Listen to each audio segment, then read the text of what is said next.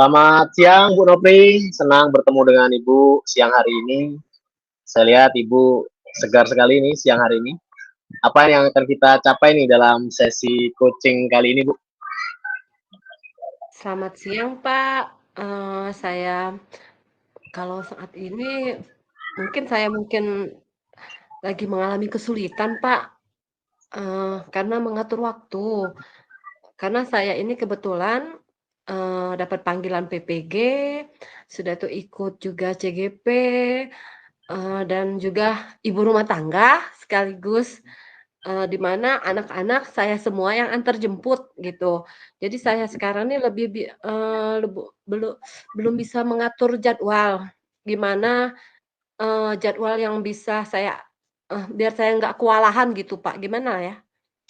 Oke, luar biasa sekali Bu Nopri ini ya. Saya ucapkan selamat nih ya buat Bu Nopri yang tahun ini sudah kepanggil PPG, ya ikut CGP juga, ini luar biasa sekali. Yang saya lihat dari apa yang disampaikan tadi terkait dengan membuat mengatur waktu secara ideal Bu ya. Bagaimana Iya, Ibu betul. melihat Ibu mengelola semua tanggung jawab ini dengan lebih baik gitu. Ini luar biasa sih ya. Menurut Ibu waktu yang ideal itu seperti apa sih? Kalau bisa sih, semuanya bisa diatur, ha eee, sesu semuanya bisa sesuai dengan jadwal, Pak, gitu. Eee, Seperti CGP sesuai dengan tugas, aktif dalam rukol, kalau PPG menjawab semua tugas juga. Pokoknya semua, pekerjaan itu kalau bisa tepat waktu gitu. Jadi anak-anak tidak terasa tersaingi dengan kegiatan saya yang baru ini, Pak. Gimana ya? Oke, luar biasa ya. Yang saya tangkap dari Ibu ini ingin semua kegiatan-kegiatan itu bisa lancar semua Bu ya. PPG, Iya, CGP-nya juga iya, kemudian waktu untuk keluarga juga bisa terpenuhi semua gitu Bu ya. iya, Pak. Nah, ini menarik nih. Iya, Kita coba identifikasi nih Bu ya. Eh, ya. Menurut Ibu apa sih penyebab utama dari kesulitan Ibu itu dalam mengatur waktu itu kira-kira apa ya? Yang menjadi penyebab utamanya itu kok kayaknya susah banget nih antara PPG, CGP, kemudian mengelola waktu dengan keluarga. Itu kira-kira penyebab utamanya itu apa sih Bu? Kok sulit banget gitu? Mungkin gini ya, biasanya di sore hari, Pak, atau di pagi hari. Itu di Hmm. mana kalau pagi hari nggak terlalu ya, Pak, karena tugas-tugas CGP nggak menuntut. Tapi kalau pada sore hari itu kan biasanya rukol. Rukol tuh, Hmm. Pak, biasanya jam 1. Makanya kadang saya kalau mau bilang, "Gimana kalau habis maghrib aja, Pak?" Tapi semua teman nggak ada yang mau, karena itu katanya untuk waktu. Tetapi kalau saya kan siang itu, Pak, saya mau ngantar anak karate, sudah itu Oh. tahfiz, antar jemput sekolah, sudah itu pinjer, aduh, Pak, pusing aku, Pak, itu gimana itu? Iya, iya, iya, iya. Ya, ya. Berarti memang ini ya padat banget Bu ya kegiatan Ibu Padat, itu. Pak. Ya Iya, kebetulan anaknya cowok semua, Pak, gimana ya? Jadi iya, harus iya. dibina biar hebat.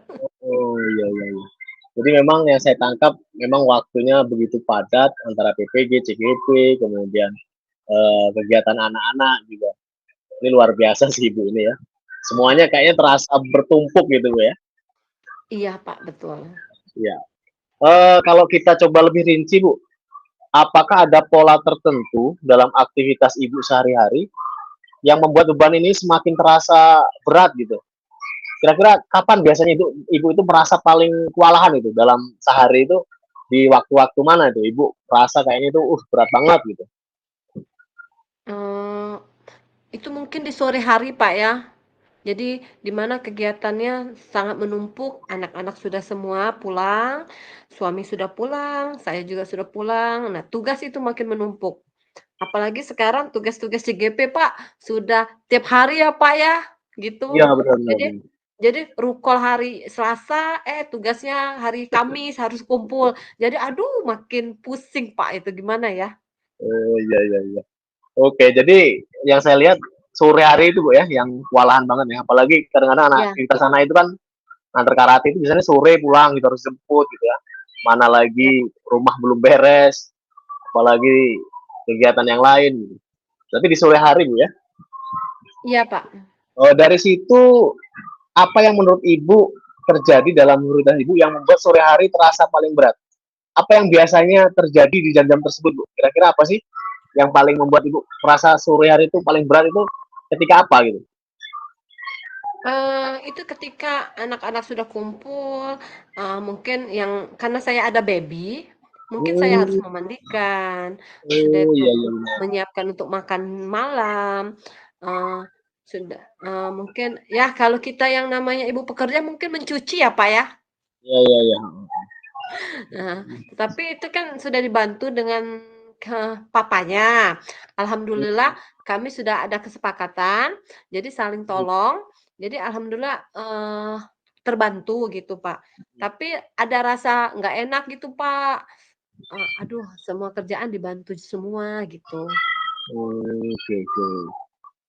Oke, terima kasih Bu sudah berbagi terkait dengan pengalaman Ibu tadi ya, terkait dengan waktu yang begitu padat.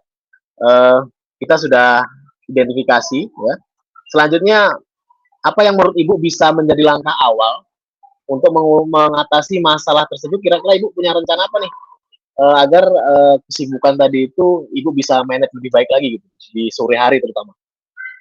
Mungkin saya lebih membuat jadwal, Pak, mungkin dengan rutinitas yang sangat padat, jadwal yang sangat padat. Jadi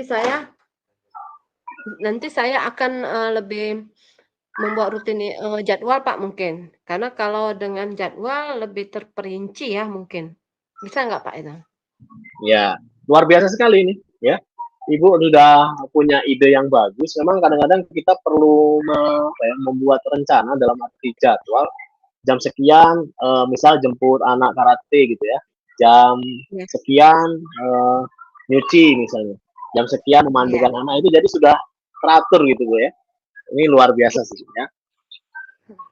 Kira-kira menurut Ibu apa yang menurut Ibu bisa membantu Ibu agar lebih konsisten dengan jadwal tersebut? Kira-kira apa nih yang akan Ibu lakukan gitu ya agar jadwal itu tuh konsisten gitu dengan jadwal yang Ibu buat itu? Mungkin dengan kerja sama keluarga, Pak, mungkin, dengan saling mengingatkan antar keluarga, anak, berbicara dari hati ke hati, baik dari suami, anak-anak, dan konsisten di diri saya sendiri, karena semua itu tidak akan terwujud apabila tidak ada kebersamaan, Kak, sekeluarga. Oh gitu Bu ya. Ap Jadi Kira-kira bisa nggak gitu? bisa bisa Bu. Jadi seluruh keluarga kita ngobrol gitu, kita diskusi terkait dengan masalah Ibu gitu ya. Bahwa repot banget nih, ya, Ibu nih lagi CGP, PPG, gimana kalau kita mengatur peran gitu ya. Nah, pertanyaan berikutnya, kira-kira eh, keluarga atau peran keluarga, Ibu lihat itu sudah bisa mengurangi beban Ibu di rumah atau belum? Kira-kira dengan adanya diskusi tadi, kira-kira bisa membantu nggak peran keluarga dalam mengurangi kepadatan jadwal Ibu itu? Alhamdulillah sudah sangat membantu, Pak. Sudah sangat membantu ya selama ini ya. Iya, heeh, semua anggota Hmm. keluarga mengingatkan dan saling membantu. Hmm. Alhamdulillah sudah membantu. Iya. Jadi anak-anak suami itu sudah ngerti Bu ya dengan kegiatan-kegiatan apa yang bisa dibantu di rumah tanpa ibu harus nyuruh gitu ya. Itu sudah tahu masing-masing Bu ya.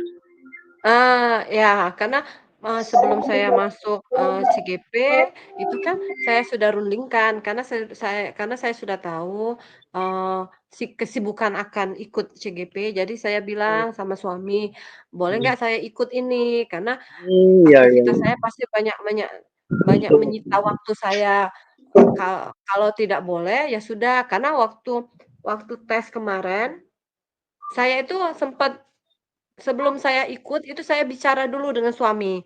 Jadi, Hmm. kalau apakah boleh? Kalau katanya, "Ya silakan Mah, silakan." Nah, akhirnya saya melanjutkan. Jadi dengan kesepakatan itu akhirnya dia mengerti, Pak.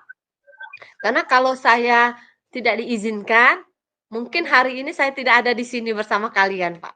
Betul betul sekali. Jadi memang dari awal itu sudah ada diskusi bahwa ada konsekuensi nih kalau ibu ikut Ya, CGP akan seperti ini ya. benar. PPG juga sama. Anak-anak juga perlu pasti diajak ngobrol Bu ya. Betul, heeh. Jadi Mhm. kalau ketika saya rukol mereka nggak ada yang ganggu gitu, Oh iya, eee, iya. a apa yang bisa mereka lakukan, membantu adiknya mungkin alhamdulillah bisa. Tetapi ya namanya juga anak-anak, mungkin masih ada kurang kurang lebihnya gitu, Pak. Oke. Luar biasa sekali nih Ibu ini ya. Jadi yang saya tangkap tadi Ibu sudah punya rencana aksi, yang pertama buat jadwal, yang kedua komunikasi dengan keluarga. Kira-kira Bu selain 2 hal itu tadi, kira-kira apa nih yang akan Ibu lakukan selain itu gitu? Agar kegiatan yang ada depan ini bisa berjalan dengan baik. Kira-kira apa Bu? Mungkin saya akan mengevaluasinya, Pak, setiap minggu, melihat jadwal itu berjalan baik atau tidak sesuai dengan rencana. Itu ya mengevaluasi ya. Iya, betul mengevaluasi. Oke, luar biasa sekali Ibu ini sudah sangat ini ya prepare sekali dengan kegiatan-kegiatan kesibukan ini sehingga menurut saya memang dengan adanya potensi dari Ibu tadi mengelola jadwal, kemudian komunikasi dengan keluarga, dan ada refleksi. Kita juga sudah kemarin kan dapat materi tentang refleksi ya, sehingga apa Iya, kegiatan betul. kita itu benar-benar bisa kita catat sehingga kita bisa melakukan perbaikan ke depannya. Oke, luar biasa Bu. Mungkin Ibu sudah menyampaikan tadi ya, beberapa agenda terkait dengan uh, apa yang akan dilakukan ke depan itu sangat saya apresiasi sekali. Kira-kira jadwal yang sudah Ibu jadwalkan tadi yang akan buat ini akan dilihat perkembangannya berapa minggu Bu kira-kira? Mungkin dalam waktu 2 minggu ke depan, Pak, agar saya punya cukup waktu untuk menerapkannya. Oke, jadi 2 minggu kita evaluasi lagi nanti seperti apa gitu ya manajemen waktu Ibu yang sudah dibuat gitu ya. Mudah-mudahan Ibu bisa menemukan solusi ya dari apa yang menjadi masalah dan saya yakin dengan apa yang disampaikan Ibu tadi masalah terkait dengan manajemen waktu dengan kesibukan Ibu sebagai profesional di PPG, CGP, sebagai ibu rumah tangga ya itu bisa diselesaikan dengan baik. Terima kasih Pak Agung. Saya merasa senang dan enak sekali berdiskusi sama Pak Agung. Dan punya arah yang sangat jelas sampai sekarang. Makasih ya Pak Agung. Sama-sama Bu Nopri, luar biasa. Semoga sukses ya ke depannya, CGP-nya, PPG-nya, dan keluarga sehat selalu, bahagia selalu. Amin. Makasih sama-sama. Assalamualaikum. Waalaikumsalam. Selamat siang Pak Agung. Bagaimana kabarnya hari ini? Apa kita bisa diskusi secara sesi coaching kali ini? Selamat siang Bu Nopri, luar biasa. Terima kasih Bu Nopri ya sudah meluangkan waktu menemui saya nih hari ini. Luar biasa sekali. Saya ingin ngobrol nih Bu dengan Ibu nih terkait dengan gimana sih Bu cara mengelola kelas itu. Saya itu ada kendala Bu ya kalau ngajar itu, apalagi kalau pas jam-jam agak siang itu ramainya minta ampun Bu di kelas itu, ya. Apalagi kalau pas ada sesi diskusi gitu. Ada yang lari ke sana, lari ke sini gitu ya. Itu gimana sih Bu cara mengendalikannya itu agar kelas itu tuh lebih kondusif gitu, lebih nyaman gitu. Kadang-kadang bingung saya itu Bu. Gimana itu Bu? Baik Pak Agung, kalau gitu. Jika kita membayangkan kelas yang ideal, bagaimana Bapak ingin kelas itu berjalan? Itu pertama. Yang kedua, apa yang Bapak harapkan terjadi dalam pengelolaan kelas yang efektif? Kira-kira apa yang Bapak ingin lakukan? Ya, kalau di pikiran saya itu Bu, suasana kelas yang saya inginkan itu yang tenang gitu ya, yang terkontrol gitu. Rame nggak apa-apa, tapi dalam konteks diskusi gitu. Ini nggak ramenya kadang-kadang lari sana lari sini gitu ya. Ada yang main ini main itu gitu. Jadi proses pembelajaran itu kadang-kadang kurang berjalan gitu. Dan saya menginginkan tuh yang tadi yang saya bilang lebih tenang, lebih damai, anak-anaknya fokus gitu. Gitu sih Bu yang saya inginkan itu Bu. Oh, begitu. Sebenarnya kalau dia lebih tenang lebih kurang menarik, Pak. Menarik sekali kalau mereka ada, sedikit keributan sedikit mungkin. Apa yang menurut Bapak menjadi penyebab utama suasana itu menjadi ribut, menjadi terlalu ramai? Apakah ada faktor-faktor tertentu yang mempengaruhinya? Mungkin anak-anak mungkin ada yang nggak mengerti mungkin. Nah, mungkin itu yang membuat mereka ribut. Oke, kalau saya lihat sih mereka tuh apa kurang tertarik ya dengan materi pelajarannya, sehingga mereka gaduh dan asik sendiri gitu. Mungkin itu sih Bu, kalau menurut saya itu ya. Mereka kurang tertarik dengan materi pelajaran, dan apalagi kan saya itu ngajar PPKN gitu ya. Mungkin bagi dia PPKN itu mungkin membosankan gitu. Jadi mereka asik sendiri dan gaduh gitu. Nah, Gitu Bu. berarti Bapak sudah tahu dari situ, apakah di situ ada waktu tertentu yang sering menyebabkan anak eee, gimana kalau seandainya Bapak buat kegiatan tertentu atau, pada jam-jam tertentu gimana membuat anak-anak itu lebih lebih menyimak begitu, lebih tertarik dengan pelajaran yang Bapak ajarkan? Ya, biasanya itu kalau anak-anak tuh ribut itu di jam-jam akhir itu Bu, biasanya itu wah, luar biasa pokoknya ya. Apalagi kalau pas ada tugas kelompok itu, suruh diskusi gitu. Nah, mereka itu lebih cenderung sulit diatur gitu Bu. Oh, begitu ya, Pak, ya. Ya. Jika kita lihat dari lebih dalam lagi, bagaimana Bapak biasanya bereaksi dengan suasana seperti itu? Mungkin Bapak bisa melihat anak-anak yang mana saja yang nggak mungkin kan semuanya yang namanya membuat keramaian, mungkin ada anak-anak yang tertentu yang membuat ulah awalnya biasanya. Coba diperhatikan dulu, Pak. Oke. Nah, biasanya kalau terkait dengan reaksi saya itu kalau melihat anak-anak itu biasanya memang menenangkan gitu. Nah, nak, diem nak, jangan ribut gitu. Ayo diskusi sama teman-teman. Atau kalau nggak mempan, kadang-kadang saya tegur gitu. Hei, jangan ribut gitu. Ya, kadang-kadang agak menaikkan suara gitu ya. Karena kita juga kan mungkin capek gitu kan. Lihat anak-anak yang susah diatur. Tapi kadang-kadang itu justru malah nggak efektif gitu. Anak itu malah apa ya? Jadi takut gitu dengan saya. Gimana itu Bu ya? Kal kalau mendengar dari cerita Bapak tadi, sebenarnya Bapak sudah bagus melakukan itu, tetapi biasanya kita harus mulai mengatasi situasi seperti itu, langkah apa yang kira-kira bisa Bapak pikirkan? Ah, benar. Saya itu mungkin akan mencoba untuk ini Bu. Kita di awal-awal CGP ini sudah membuat ini ya tentang keyakinan kelas ya.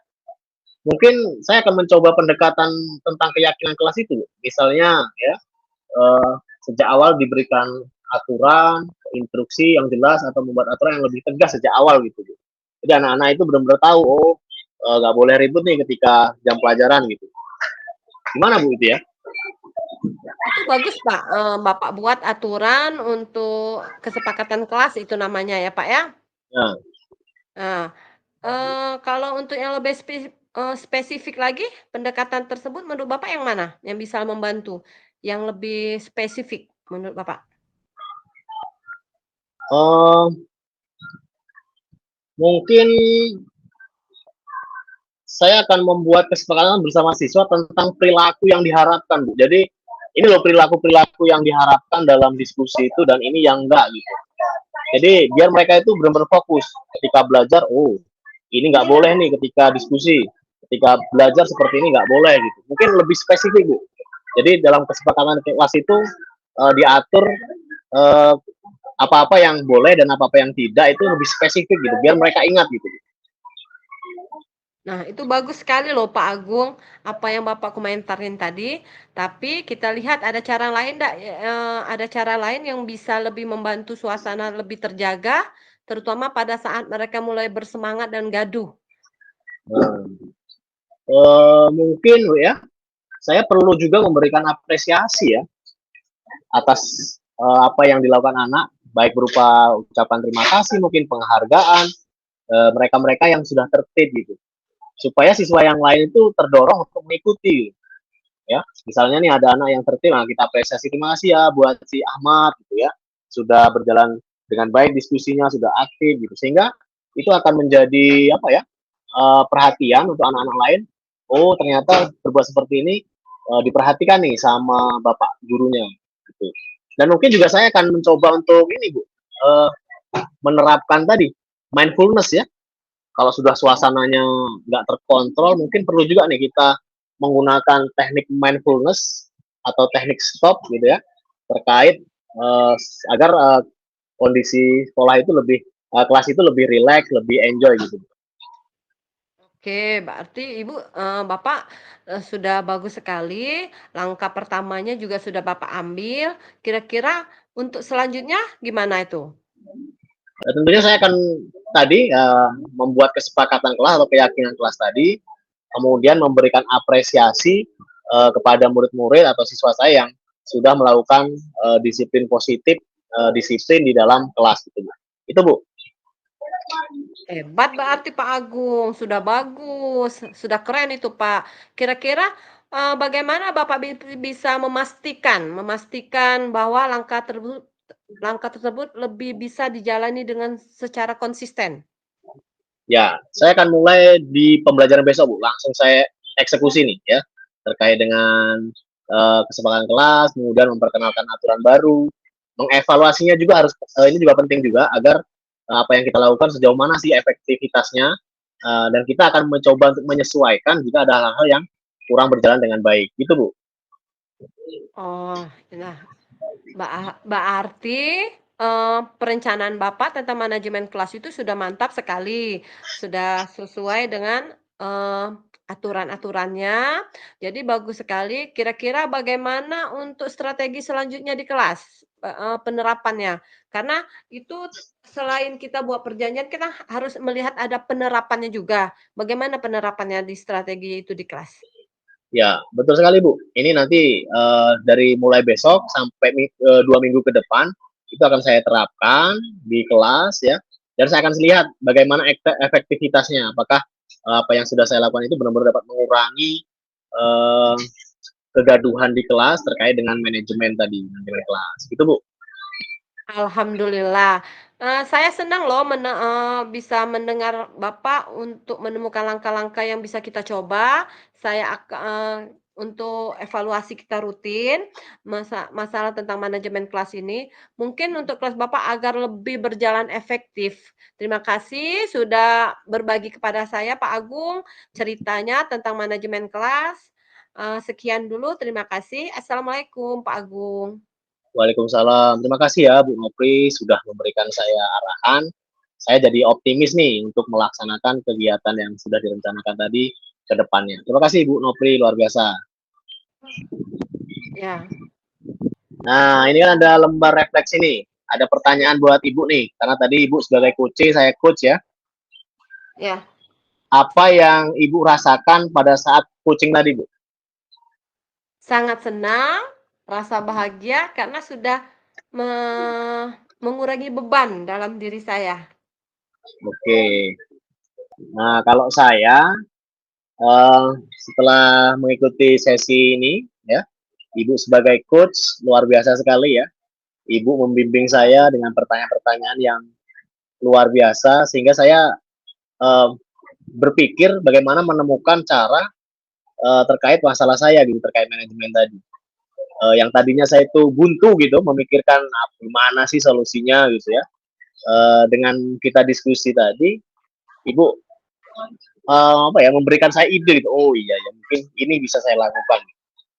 Terima kasih Bu, saya sangat enjoy, menyenangkan bisa berdiskusi dengan Ibu.